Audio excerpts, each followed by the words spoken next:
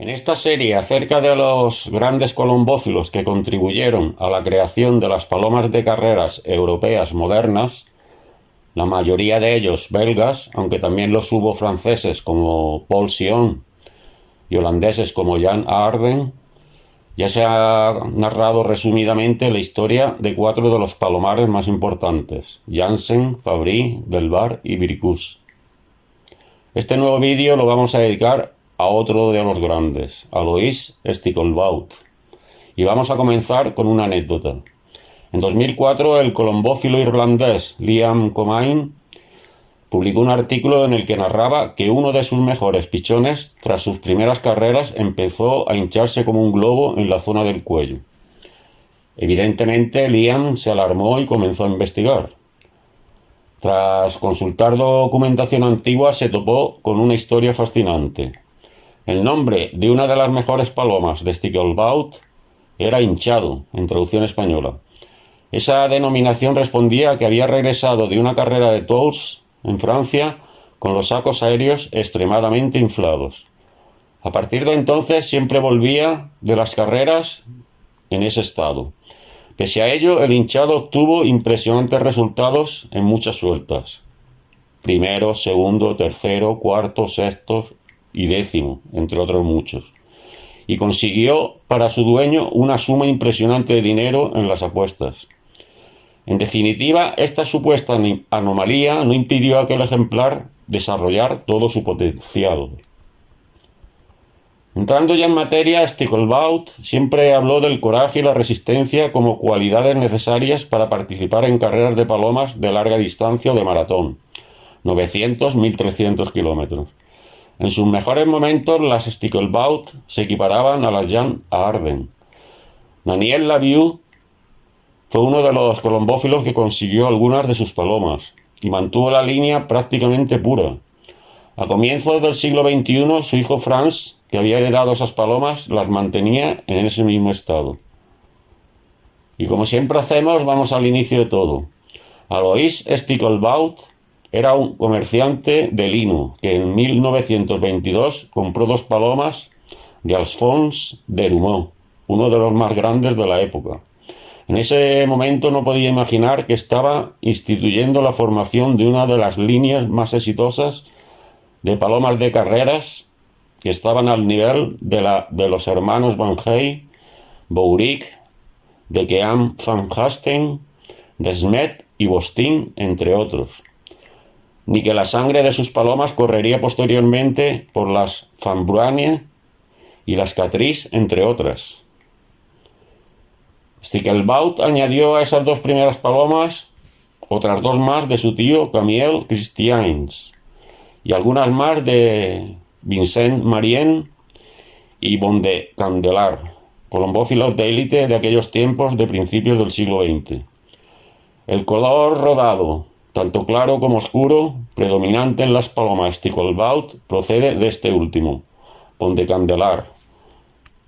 Más adelante, Alois acordó con Armand de Clercq cruzar las mejores palomas de cada palomar y fue un acierto para ambos, pues mejoraron notablemente sus respectivas líneas. Por otra parte, Stickelbaut no poseyó nunca muchas palomas para evitar enfermedades, y aunque su nivel era tan alto como el de Viricus o Sion, no era tan conocido como ellos. Lo que Alois comenzó en 1922 con sus dos primeras aves, mediante cruzamientos, obtuvo resultados. Sus tres primeros campeones fueron una hembra procedente del cruce de las palomas Derumeau y Marien, un macho de la misma línea, y otro macho resultado de ese cruce con una paloma de Clercq.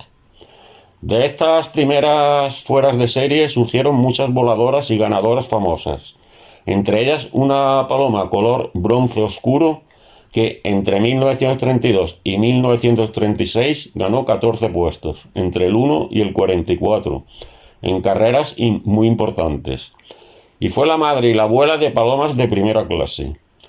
Otra ave destacada fue de Goude Blicken, que ganó 25 premios, 15 de ellos primeros, y otra más fue un macho que obtuvo 19, incluidos 8 primeros. Estamos hablando de carreras de alto nivel, interprovinciales o nacionales. En 1946, con la muerte de este gran colombófilo, las Sticklebait fueron vendidas por una suma de dinero muy importante a diferentes colombófilos, que las cruzaron con mayor o menor éxito con las suyas. Pero eso no supuso el fin de la raza pura. Otro aficionado belga adquirió muchos de sus excelentes ejemplares y no solo mantuvo la pureza de la familia, sino que la mejoró. Se trataba de un carnicero jubilado llamado Michel de Geams van Hasten. Un estudio de sus palomas en 1973 confirmó que eran 100% Sticklebait.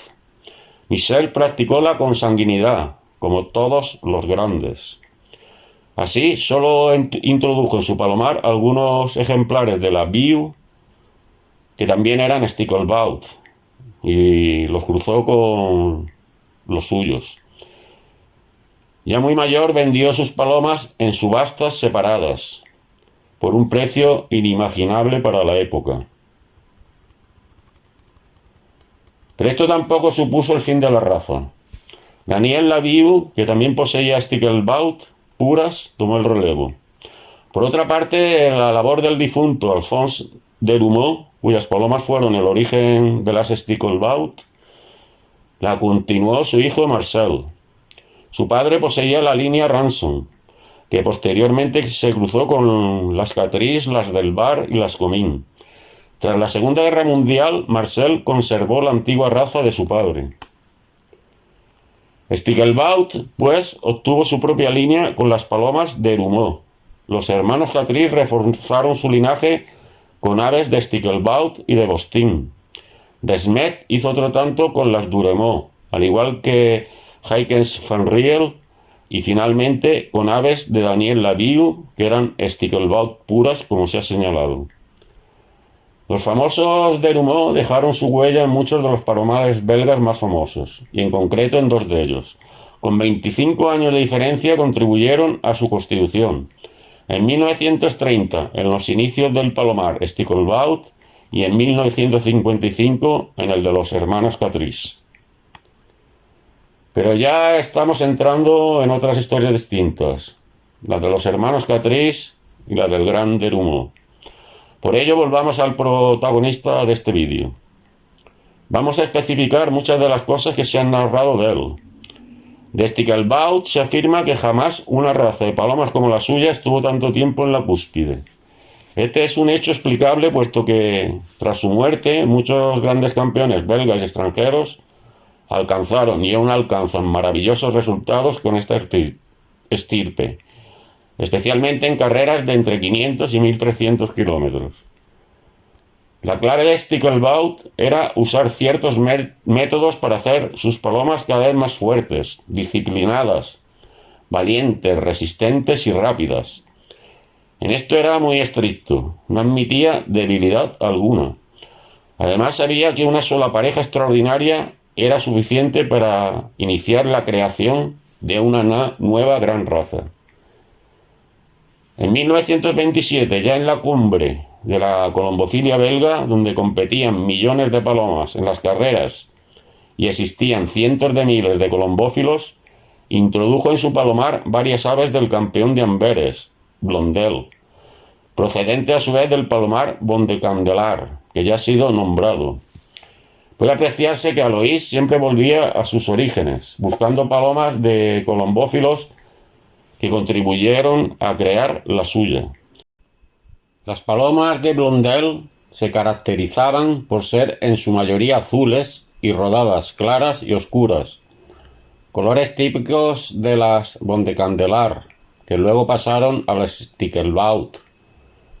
Después, en 1933, cruzó algunas de sus palomas con las del palomar originario de De Klerk. Desde 1922 hasta más allá de la Primera Gran Guerra, pero con especial protagonismo en las décadas de 1930 y 1940, las palomas de Sticklebait aparecían en las primeras posiciones en todas las distancias. En carreras de 180 kilómetros, de 300, de 500, de 800 y en las temibles largas distancias de entre 900 y 1300 kilómetros. Stickelbaut sabía que el éxito en las carreras lo daba la calidad y no la cantidad.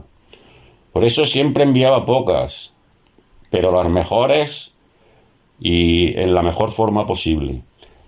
En un principio voló al natural, después se pasó a la viudez, sistema seguido por otros grandes competidores de su época como el Dr. Bricus, Caramin, Van der Esp, De Briant y Dremer, entre otros muchos maestros que conocían a fondo este método, con el que lograban sacar el máximo rendimiento a sus palomas.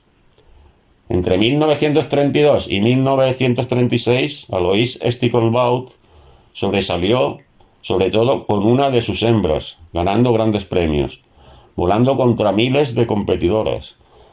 Esta paloma fue a su vez madre y abuela de muchos de los ejemplares de primera clase de su palomar, así como demás colombófilos que tuvieron descendientes de la misma, como Maton, Van Bontergem y Tenché. Otra de sus grandes hembras, de nombre de Goede Blecken, ganó 25 premios en distintas distancias, logrando 15 primeros.